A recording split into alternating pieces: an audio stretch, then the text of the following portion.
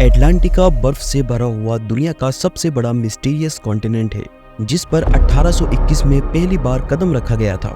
हमारी जमीन पर टोटल 7 कॉन्टिनेंट मौजूद है और एटलांटिका दुनिया का 5वां सबसे बड़ा कॉन्टिनेंट है, जो पूरे का पूरा बर्फ से भरा हुआ है।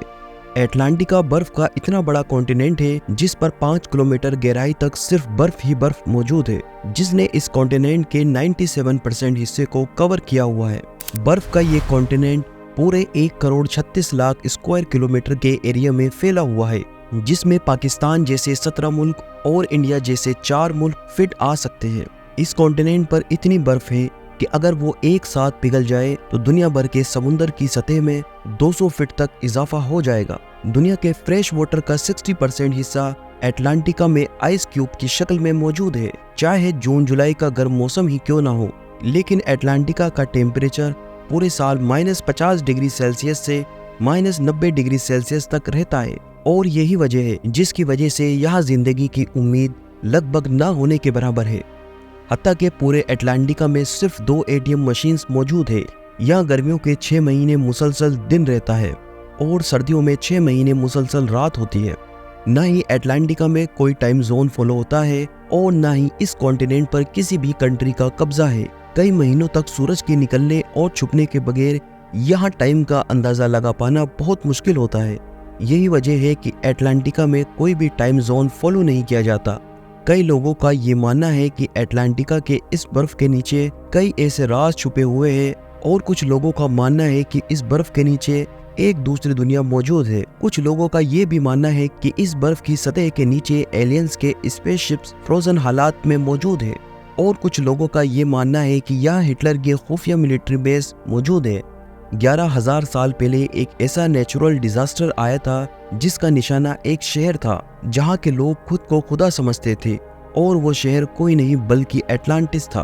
कहा जाता है कि एटलांटिस का गुमशुदा शहर भी एटलांटिका पर मौजूद बर्फ के पहाड़ों के नीचे ही खोया हुआ है। साफ लफ्जों में कहे तो बर्फ के इस कॉन्टिनेंट में ऐसे ऐसे राज दफन हैं जिसके बारे में कोई सोच भी नहीं सकता।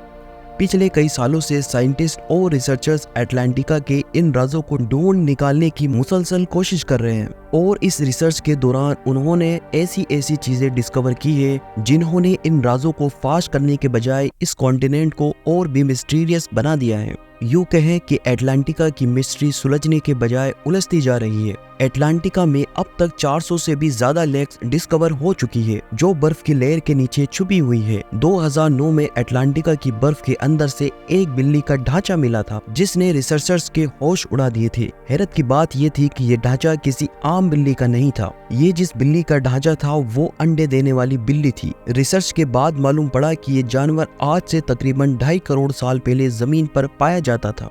1911 में एटलांटिका से सबसे पहला मेटेरॉइड्स मिला था, और तब से लेके अब तक इस कॉन्टिनेंट से तकरीबन 45,000 से भी ज्यादा मेटेरॉइड्स मिल चुके हैं। मेटेरॉइड्स सख्त पत्थर के ऐसे टुकड़े होते हैं जिनका ताल्लुक हमारी जमीन से बिल्कुल नहीं होता, बल्कि वो किसी और प्लेनेट से टूट कर आए होते हैं। रिसर्चर्स के मुताबिक इन मेटेरॉइड्स में से तकरीबन 7 लाख साल से भी ज्यादा पुराने हैं। 2015 में एटलांटिका में एक छोटा सा मेटेरॉइड्स डिस्कवर किया गया था। रिसर्च के बाद मालूम पड़ा कि ये मेटेरॉइड्स कहीं और से नहीं बल्कि मार्स से टूट कर आया था, क्योंकि इसमें ऐसे बैक्टीरियाज मौजूद थे जो मार्स पर पाए जाते हैं।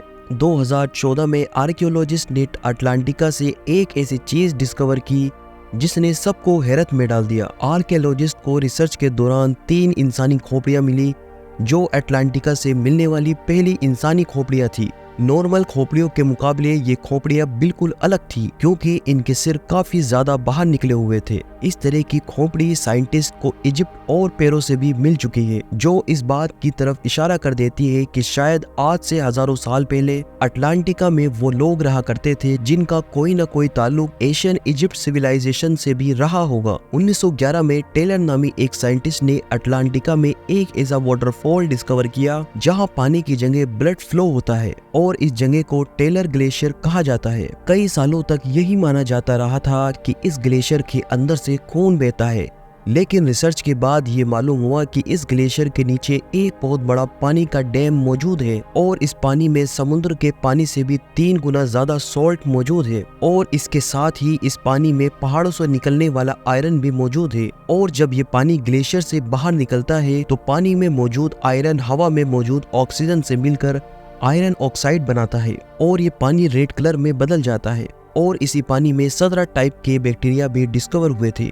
और हैरत की बात तो ये थी कि इन बैक्टीरिया को जिंदा रहने के लिए ऑक्सीजन और सनलाइट की भी जरूरत नहीं पड़ती। साइंटिस्ट और रिसर्चर्स का ये मानना है कि ये बैक्टीरिया उन प्लेनेट पर मौजूद होते हैं जहां ऑक्सीजन और सनलाइट नहीं होती। लेकिन ये बैक्टीरिया हमारी जमीन पर कहां से आए, ये राज भी अभी अटलांटिका की मिस्ट्री को काफी उलझा रहा है। साइंटिस्ट को करीब 1.5 करोड़ स्क्वायर किलोमीटर पर फैले बर्फ के इस कॉन्टिनेंट से ऐसे सबूत भी मिल चुके हैं जो इस बात की गवाही देते हैं कि आज से लाखों साल पहले अटलांटिका पर भी लाइफ एग्जिस्ट करती थी। कभी ये जगह भी रहने के काबिल हुआ करती थी। 1980 में रिसर्चर्स को अटलांटिका से डायनासोर के ढांचे मिले थे। तब से लेकर अब तक यहाँ से कई डायनासोर, मेगासोर्स और मेसासोर्स के ढांचे मिल चुके हैं। और रिसर्च से ये भी मालूम पड़ा कि ये ढांचे तकरीबन 70 साल पुराने हैं, यानी उस वक्त ये जगह रहने के काबिल हुआ करती थी। 1100 फीट की गहराई से आर्कियोलॉजिस्ट को एक इंतहाई खौफनाक स्पीशीज का ढांचा मिला था। ये ढांचा 8 फीट तक लंबा है